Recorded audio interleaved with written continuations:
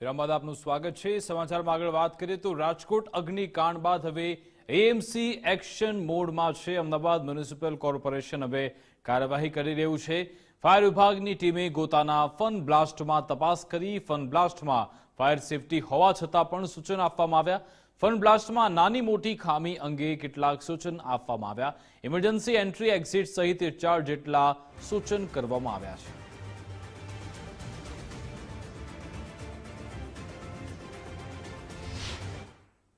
Fun બ્લાસ્ટમાં એમને fire NOC department તરફથી આપવામાં આવી છે। જે ફાયર સિસ્ટમ છે એ પણ કાર્યરત અવસ્થામાં છે।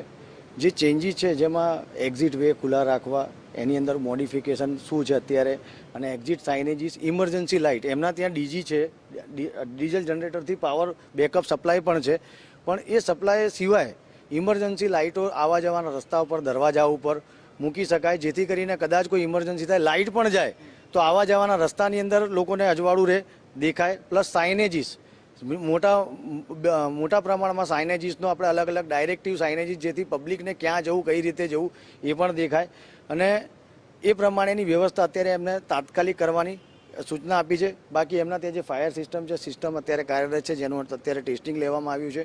જે સુધારા છે એ અત્યારે જણાવેલા છે, જેની ઉપર એ લોકો તાત્કાલિક અમલ કરી રહ્યા છે। રાજકોટ અગ્નિકાંડ બાદ અમદાવાદ મહાનગરપાલિકાના ફાયર વિભાગ દ્વારા જે છે તે અમદાવાદ શહેરના અલગ અલગ જે ગેમિંગ ઝોન છે ત્યાં વિશેષ તપાસ જે છે તે કરવામાં આવી રહી છે। ખાસ કરીને જે ફાયર વિભાગની જે અલગ અલગ ટીમો છે તે બનાવીને આજ વહેલી સવારથી જ અમદાવાદના અલગ અલગ જે ગેમિંગ ઝોન છે તે ખાસ તો હાઈકોર્ટ અને સરકારના હુકમ બાદ બંધ કરવામાં આવ્યા હતા, પરંતુ હાલ જે છે તે આ વિશેષ તપાસ જે છે તે કરવામાં આવી રહી છે। આ ફાયર જે સિસ્ટમ્સ છે તે સિસ્ટમ્સ કાર્યરત છે કે કેમ, સાથે જે ગેમિંગ ઝોન આવેલા છે તે ગેમિંગ ઝોનની અંદર જ્યારે પુનઃ કાર્યરત જ્યારે કરવામાં આવશે તેમાં કોઈ ક્ષતિઓ ન રહી જાય અને પુનઃ એક વખત આવી રાજકોટ શહેર જેવી જે દુર્ઘટના થઈ તેવી ન સર્જાય, તેને માટે ફાયર વિભાગ દ્વારા 4 અલગ અલગ સજેશન જે છે તે ફન બ્લાસ્ટને આપવામાં આવ્યા છે। આ સજેશનોના આધારે આ ફન બ્લાસ્ટ સહિતની જે ગેમિંગ ઝોન્સ છે તેમને વિશેષ જે છે તે કામગીરી કરવાની રહેશે। ખાસ કરીને જ્યારે આ ફન બ્લાસ્ટની અંદર ફાયર વિભાગની જે ટીમ આવી છે ત્યારે તેમને